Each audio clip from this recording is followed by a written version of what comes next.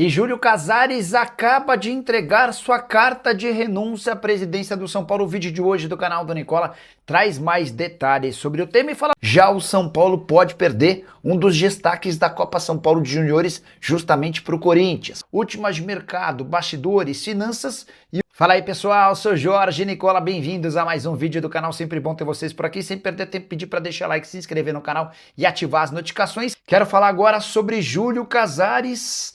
Na tarde dessa quarta-feira, pouco antes de eu gravar esse vídeo, o presidente divulgou uma carta anunciando sua renúncia à presidência do Tricolor. Na última sexta-feira, o Júlio havia perdido em reunião do Conselho Deliberativo com 188 votos, abriu-se um processo de impeachment contra ele. E esse impeachment seria confirmado pelos sócios em 30 dias. Já havia, inclusive, uma data para votação dessa questão.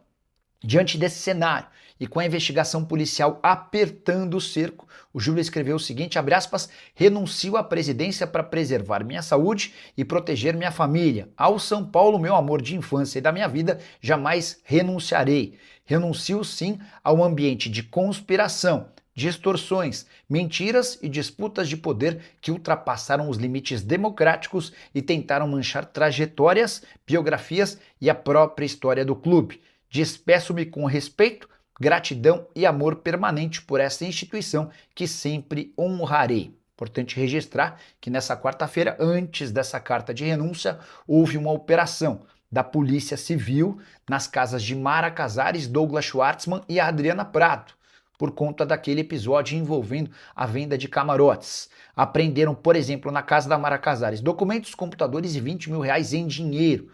Promotor do caso disse em entrevista nessa quarta-feira o seguinte, abre aspas, já conseguimos fazer uma primeira avaliação e tomamos pé de coisas que confirmam o que nós já sabíamos. O esquema de arrecadação e prejuízo para o São Paulo abrange um período de tempo muito maior e com mais pessoas do que a gente supunha. E aqui vem a parte mais importante. Em resumo, o estádio do Morumbi foi transformado numa gigantesca máquina de caça-níqueis. Como você vê toda essa história, já usa o espaço para comentário e registra a sua opinião. Beleza? Rafael Machado. Boa noite, Nicola. O São Paulo vai fechar com o argentino.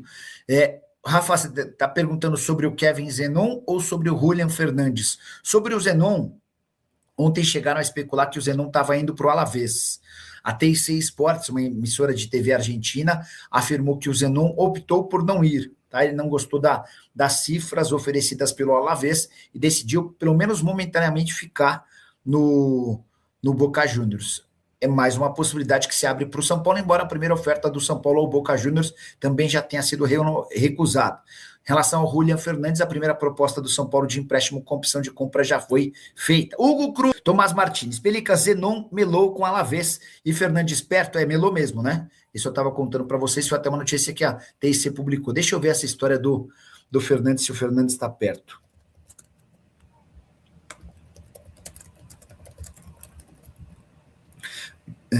Julian Fernandes esquentou. Deixa eu trazer só uma outra atualização de hoje cedo.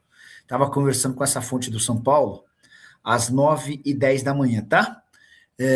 Aí eu perguntei assim, ó,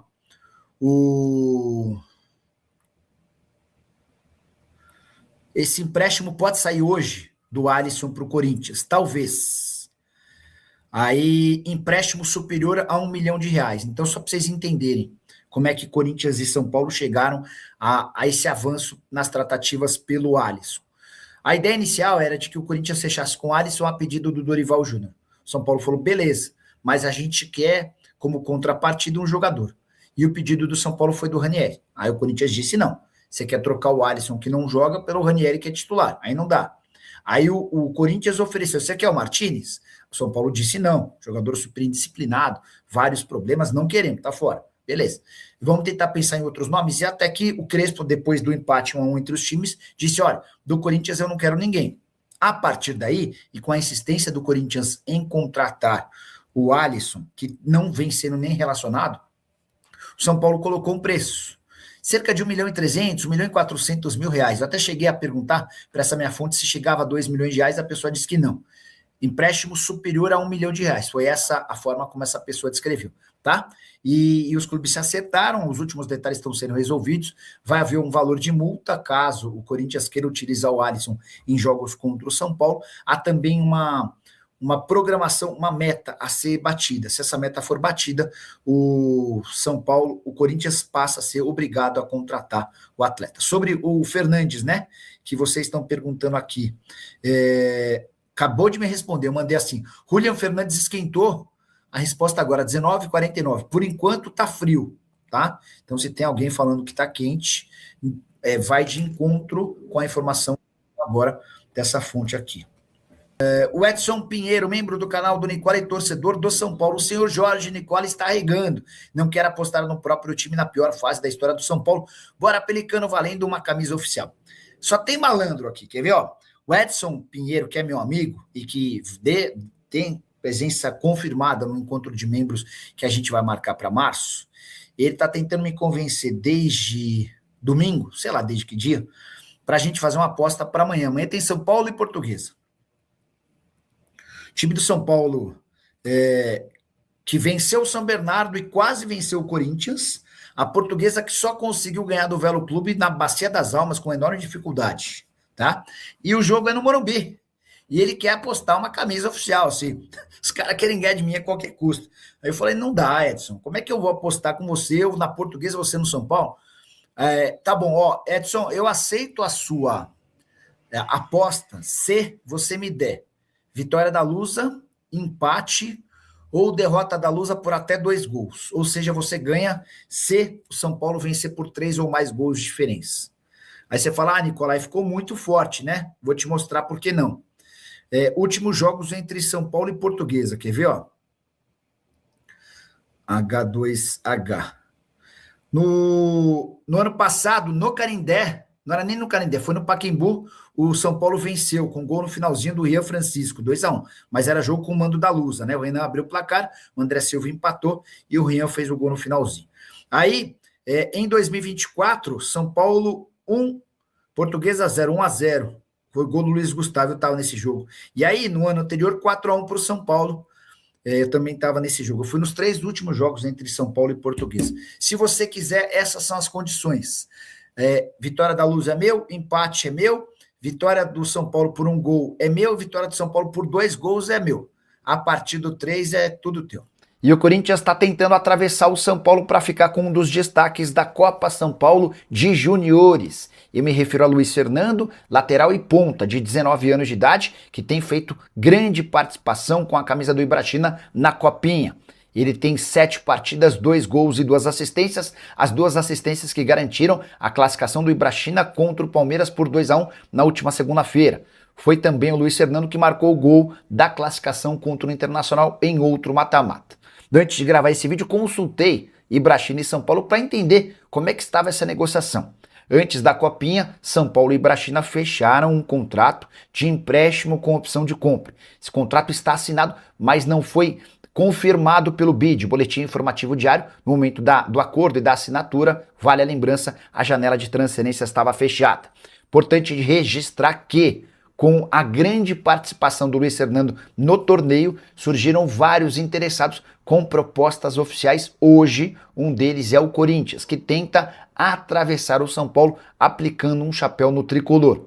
Qual a chance de o São Paulo perder esse negócio? Vale a lembrança de que houve um impeachment no tricolor, Júlio Casares está afastado, enquanto esse processo de impeachment não é confirmado pelos sócios, Harry Macis é quem responde pelo tricolor. E se o São Paulo não levar adiante a história, é possível que o atleta acabe se tornando reforço do Corinthians. Se o São Paulo confirmar o interesse, o que pode acontecer é o Ibrachina tentar mudar as condições desse empréstimo, exigindo que o São Paulo faça a compra do atleta que vive ótima fase e se mostrou bem interessante. Só para completar, registrar também que antes da Copinha o São Paulo já havia fechado a compra de 20% de um atacante chamado Antony, 17 anos de idade. Ele arrebentou no Campeonato Paulista Sub-17, mas esse menino, até por ser mais novo, não foi utilizado na Copinha. Portuguesa, o São Paulo jogou outra partida. Minha diretoria, a vida do São Paulo continua complicada. Hoje no Morumbi contra a Portuguesa, o São Paulo jogou outra partida muito ruim, com 1000 dificuldades, não acertou quase nada ofensivamente. O Crespo, por algum motivo que sabe, sei lá qual é, ele resolveu trocar a dupla de zaga e vamos fazer teste, ou sei lá, trocou todos, né? Às vezes joga com 3, trocou a zaga toda. O São Paulo se embananou na defesa, toma 1-0 da Portuguesa, não joga nada, Caleri perde um gol na cara, na sequência o São Paulo tem dificuldade até que entra o Pedrinho, que é um garoto da base, que estava jogando a copinha e foi chamado para o time principal. Ele faz uma jogada totalmente ali individual, uma enfiada de bola espetacular para o Caleri, o Caleri empata o jogo. Na sequência, pênalti para a Portuguesa. E na sequência, a Portuguesa, num segundo contra-ataque, faz 3-1 no Morumbi. O São Paulo ainda desconta com o Caleri, faz aquele abafa nos 3, 4 minutos que sobravam ali de acréscimo, que nada adiantou e tal. Ponto continua sem encontrar uma maneira de jogar, parece muito preso àquela coisa de ter que ter dois jogadores abertos, a opção 4-4-2 não existe mais no futebol brasileiro, é um negócio surreal. Todos os treinadores usam o mesmo sistema tático para espelhar o adversário. O ponto você tem 2 pontas? Não, então você tem que mudar. Porque se você só tem o Ferreirinha de um lado, o Lucas hoje é um jogador mais centralizado do que ponta, você tem que mudar, né? O Luca foi jogar aberto pela direita. O Luca funciona melhor, na minha cabeça, no meio. O Luca é um jogador mais cadenciado, de mais posse de bola. Entrou esse menino Pedrinho, ele veio um pouco mais atrás buscar a jogada e criou oportunidade. Você tem aí no Marco Antônio Filho, você tem jogadores ali para povoar o meio de campo do São Paulo. Você não tem muitos pontas para jogar aberto. Então talvez o Crespo esteja insistindo numa formação que vai acabar, não por improvisar alguém, mas por abrir jogadores que não têm as características, por exemplo, que tem o Ferreirinha, que foi o principal causador de jogadas ofensivas do São Paulo. Quando o jogador driblador apela, entre aspas, para que todas as jogadas do time passem por ele e sejam jogadas individuais, é porque no coletivo não tem nada funcionando. Ainda é cedo? Mais ou menos, cara. É o time do ano passado. Então, assim, não tem nenhum padrão de jogo e tal. O Crespo vai começar a ser cobrado já se ele continuar inventando moda e não botar o São Paulo para ganhar jogo. Porque sábado é o Palmeiras fora de casa. Se acontecer, o espaço vai ficar curto para tentar a vaga no Paulistão, embora eu acho que seja absolutamente possível, porque o campeonato estadual é muito fraco. Mas tá ruim, cara. Tá muito ruim. O São Paulo não apresenta evolução nenhuma, tá bem ruim.